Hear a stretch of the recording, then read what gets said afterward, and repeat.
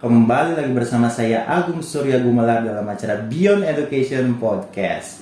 Podcast yang menemani Anda selalu setia di YouTube. Dan kita selalu sharing-sharing tentang materi coaching, parenting atau motivasi, dan juga ada materi tentang pendidikan juga, dan ada juga tentang materi pertanyaan-pertanyaan dari viewers juga. Jadi stay tune saja di channel kami karena kami upload 2 hari sekali selalu gitu ya. Jadi upload terus dan update terus 2 hari sekali. Silahkan langsung dicek saja. Dan juga kita tersedia di radio online Indonesia seperti Spotify, Google Podcast, Apple Podcast, atau ada yang pernah mendengarkan Anchor namanya Anchor. Terus ada juga mendengarkan Brick Podcast. Brick Podcast itu kayak seperti sejenis Google Podcast, tapi dia agak tidak terkenal. Pokoknya kita tersedia di radio online. Silahkan langsung searching dengan kata kunci Beyond Education Podcast. Kita akan menemukan Anda di sana, atau Anda akan menemukan kita di sana. Baik, pada siang hari ini bersama dengan Pak Doni. Halo teman-teman semuanya, gimana Gong? Siang ini bincang-bincang tentang tema parenting ya Pak? Ya, di dunia parenting kita ya. Parenting, alhamdulillah. Sudah lama Pak di parenting Pak? Sudah lama jadi orang tua. Ya biasanya kan orang berpikir bahwa yang parenting itu adalah seseorang yang yang harus memiliki jabatan tinggi gitu, keilmuan yang tinggi. Padahal sebagai orang tua seharusnya kita mengerti ilmu parenting ya, Pak. Pastinya. Jadi ya bagaimana sih kita misalnya jadi orang tua gitu, sudah memiliki anak, tetapi kita tidak memiliki ilmu menjadi orang tua. Iya. Akhirnya karena kita tidak memiliki ilmunya, bagaimana cara kita dapat membesarkan anak-anak kita? Iya, sebenarnya ilmu parenting itu wajib hukumnya. Wajib hukumnya. Kalau enggak kita akan ngaco. Gitu. Iya, kebanyakan berpikir ilmu parenting itu ilmu yang lain gitu. Benar, ilmu yang bisa dipelajari atau tidak ala gitu. kadarnya. Iya.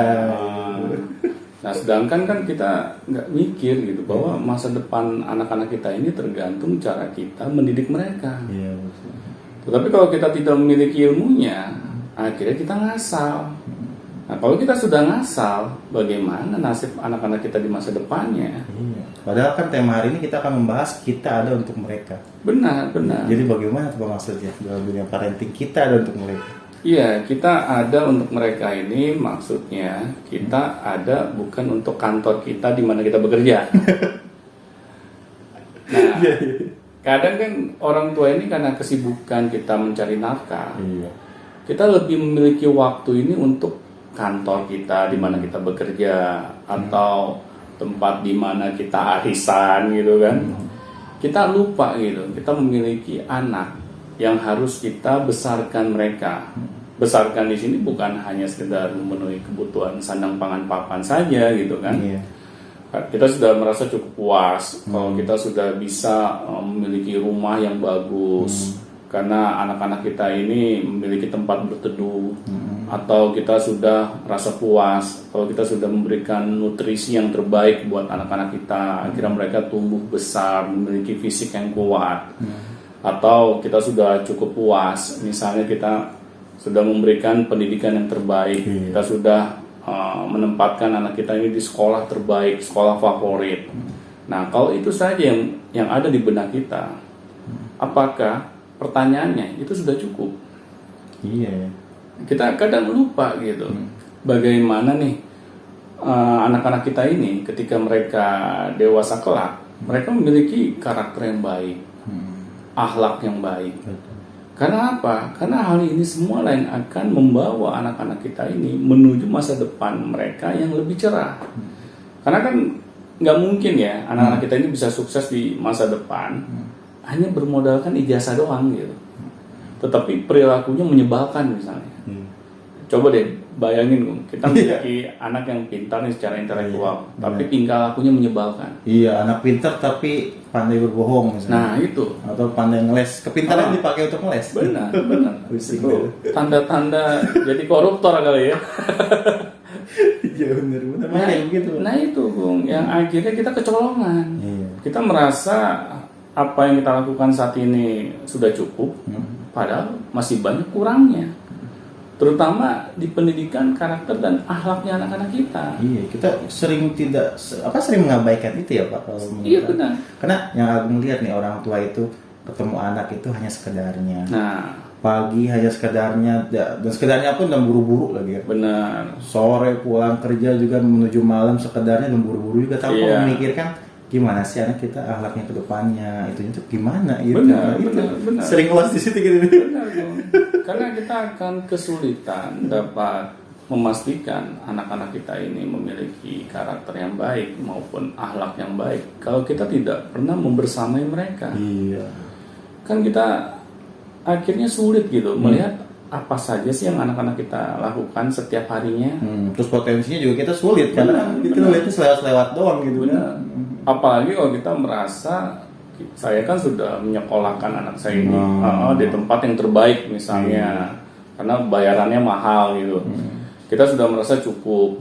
Nah pada akhirnya kita melihat kok perilaku anak kita ini nggak asik gitu. Misalnya perilaku anak kita ini kurang ajar, apalagi kurang ajarnya ini sama orang tuanya.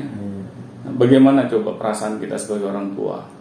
Kita sudah memiliki ekspektasi yang besar bahwa anak kita ini sudah disekolahkan di tempat yang terbaik, apalagi sekolah yang memiliki genre agama gitu katanya. Tetapi kok perilaku anak kita ini nggak berubah? Kenapa perilaku anak kita ini masih suka berbohong yang tadi Agung bilang gitu kan? Terus banyak ngelesnya, dia juga kurang ajar sama orang yang lebih tua gitu.